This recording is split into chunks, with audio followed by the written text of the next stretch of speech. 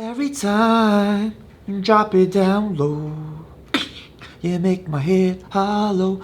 There's a lot of joy in being in the path of resistance, in which that when you have learned to rise to the occasion, it is just something that sticks with you for life, and it's a recipe for success, right? My name is Cody Coex Foo. I'm a 5-time beatbox champion, a speaker, and an entrepreneur.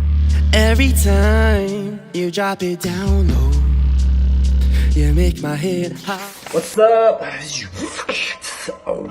For the MCO, I was performing beatboxing with my band, Phenomenal Mastermind Japan, and I have a couple of other businesses on the side. I run a little e-commerce thing, something that I can do myself on the side for fun and for money. Lots of money.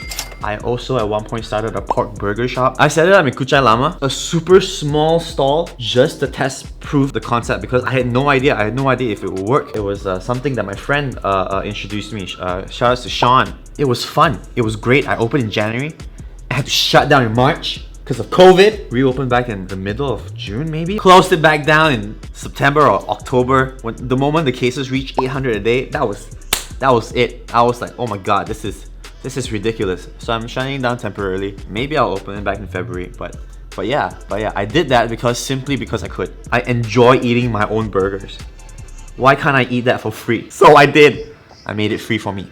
And I guess one of the reasons that I opened the burger store was also to help out my friends. This guy's my childhood friend. Like when we were 16, 17, we opened a dance studio together, and we were idiots. And this was back in like Kulim Kedah, right? Super small town. We were all dumbasses, but we did something. We earned a little bit of money, and it was fun. Most importantly, it was fun. And yeah, everyone's going through a tough time, and I thought to myself that, you know, I could start a business because I know how to make money, and I could essentially pay for my very good friend whom I love very much, and also hire his girlfriend at the same time to run the store. Like to me that was a win. And it was a relatively cheap business to start too.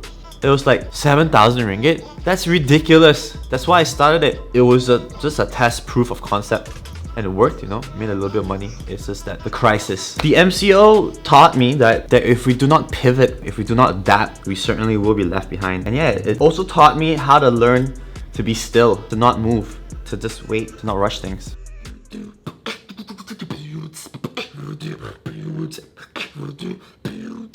Every time I started another business. I started a music production company. Hired my boy. His name is Emin. Shout out to Emin. He's also part of my band. Paid him a salary. Put him through music education. We're just doing some jingles for some companies and a couple of artists. What are jingles? Jingles are radio advertisements or anything that has to do with a song. 1-300-882525. You know, like everyone knows what that is, and that's the only reason why you remember that is because of the jingle that comes with it. That is what we do. During the MCO, it was pretty cool. Got to work with Mika from Sound of a Policeman. Shout outs to Mika. Got to work with Josh Kwa over some arrangement stuff. Shout out to Josh Kwa. That was pretty interesting. Got our first commission to do 3 songs for an artist.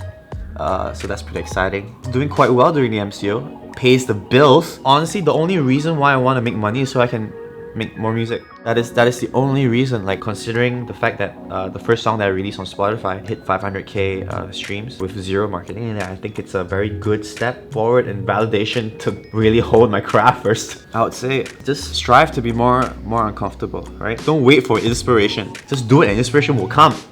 Hi, my name is Cody Coex Foo. Thanks for watching In Real Life Malaysia, and